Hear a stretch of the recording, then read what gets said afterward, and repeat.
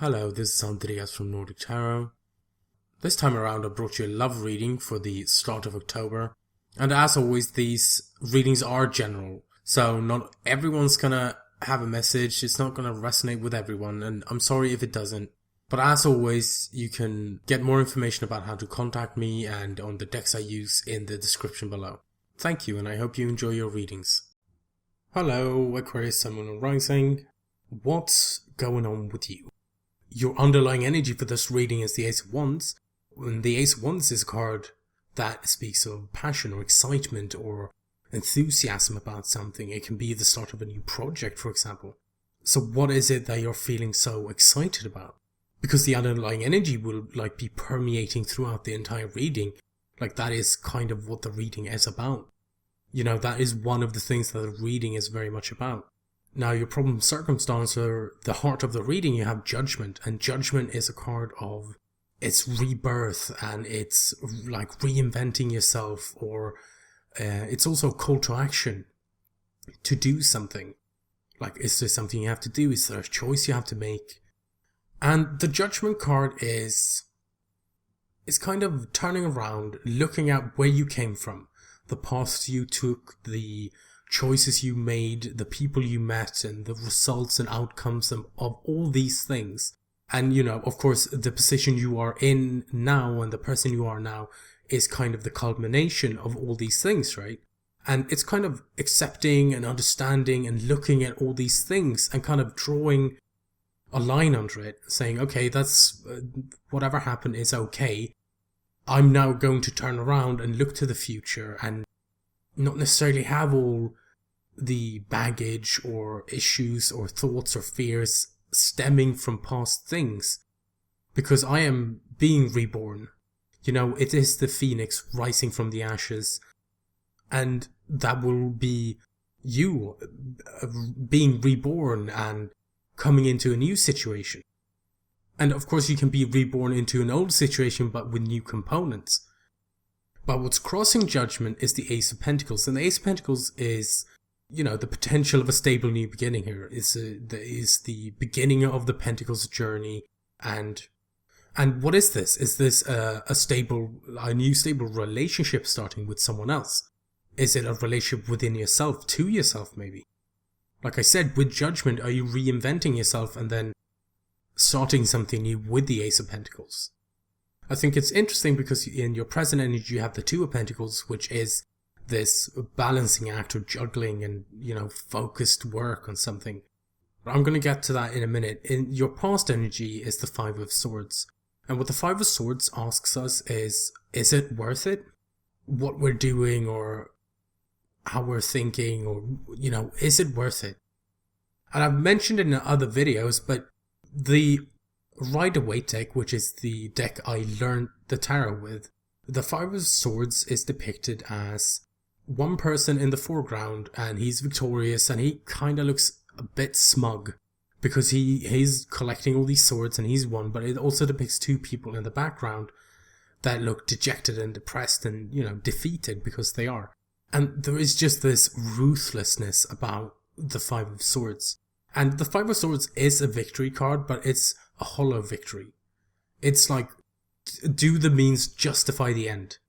That's what it's asking us. Like I said, is it worth it? Is this something that happened to you? Did someone do this to you? Did you feel trampled with the Five of Swords energy? Is this the kind of thing that you felt you did to someone or about something? Or did you simply ask yourself, the thing I'm doing or the thing I'm looking for, is it worth it in the end? Is this something I'm willing to put work into? Is it going to be worth it in the end?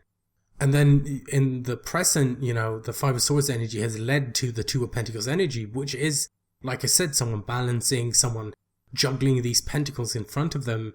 And, it requires a lot of focus and a lot of energy and effort to do this. And of course, in the Two of Pentacles card, we can see that this person has their back turned to an ocean, or a body of water at least. And the water looks quite agitated, and water in the tarot represent our feelings. And this is someone who's kind of they have their back turned to that. They aren't paying attention to that because they're putting so much focus on what's right in front of them and what they're working on. And the Lovers in the future is a card that, it is a soulmate card. So are you meeting someone? It's about love. Loving someone, loving something. Feeling love, just love in of itself. But it's a head or heart decision as well. So you have Judgment crossed by the Ace of Pentacles, but in your present you have the Two of Pentacles, which is balancing these two Pentacles. Is that the choice that the Lovers is talking about in the future? I mean, in your crowning you have the Page of Wands, which is kind of a minor version of the Ace of Wands. It is also enthusiasm and excitement, and it can be someone receiving a piece of news, but I don't feel like it is that. But the Page of Wands is also about exploration, being excited, exploring, finding out what's around the corner. And the Page of Wands is holding the Ace of Wands. So are they just reinforcing each other? Because the Page of Wands on its own is excitement as well, and enthusiasm and maybe a new project, but the Page of Wands then speaks of, messages and exploration. Is this about exploring your options? In your feelings, you have the Queen of Pentacles, and she's a very stable, grounded queen. But I mean, even in this picture, she's holding the Ace of Pentacles. And she's looking very intently on it, and it is all about the stability and the support of the stability of the Pentacles. And is this how you're feeling? Are you feeling very grounded and stable? And I'm not seeing any other people in this reading, I just see you, Aquarius. But sometimes when, for example, the Queen of Pentacles comes up in your feelings, then it can be talking about maybe this is something you're looking for. Maybe you're looking for that stability. Or maybe that's what you're feeling about someone. Like, if you were to meet someone, you'd like them to be quite stable. And I'd just like to remind you that, yes, it is the Queen of Pentacles, and you're an air energy, but that does not necessarily mean that you do not show up as other energies in the readings. And even if you're a man or someone with a lot of masculine energy, you can still show up as a queen in these general readings, because the cards are trying to cover as many people as possible. But in your outside influences, you have the Death card, and I know death sounds very scary sometimes to a lot of people, but the Death card is really just talking about change. It's something changing. It's the death of something old and the birth of something new. And I mean, you have Judgment here, which is about a rebirth. So is this the death of the old you and the birth of the new you that will then be able to seize the Ace of Pentacles, perhaps? And you have two change cards here. You have the Judgment card and the Death card. They are both talking about change. And the thing with the Death card is that it's, as opposed to the Tower, which is instant and surprising and you didn't see it coming, the Death card, you might not see that coming either if you're not looking for it, but it's a very, like I said, compared to the Tower, it's a very long term or it's a very drawn out process. It's not instant, it's something that happens over time, it's the cycle of everything, the cycle of life and just the universe, how things change over time. And of course, it does not necessarily have to be something bad. And I know that people think the Death card looks quite grim when it comes up, but as something old dies and change, then there is this opportunity for this new birth and this new growth to happen. And this might be internal, it might be external. And this might be internal or it might be external. Is it a relationship? And in your hopes and fears, you have the Eight of Swords. And the Eight of Swords is a card, it's being stuck in your own head. This woman is blindfolded and she's surrounded by these swords. And, it implies that she doesn't know how to maneuver or move without being cut by these swords. And the swords represent our thoughts, which is why I say it's being stuck in your own head.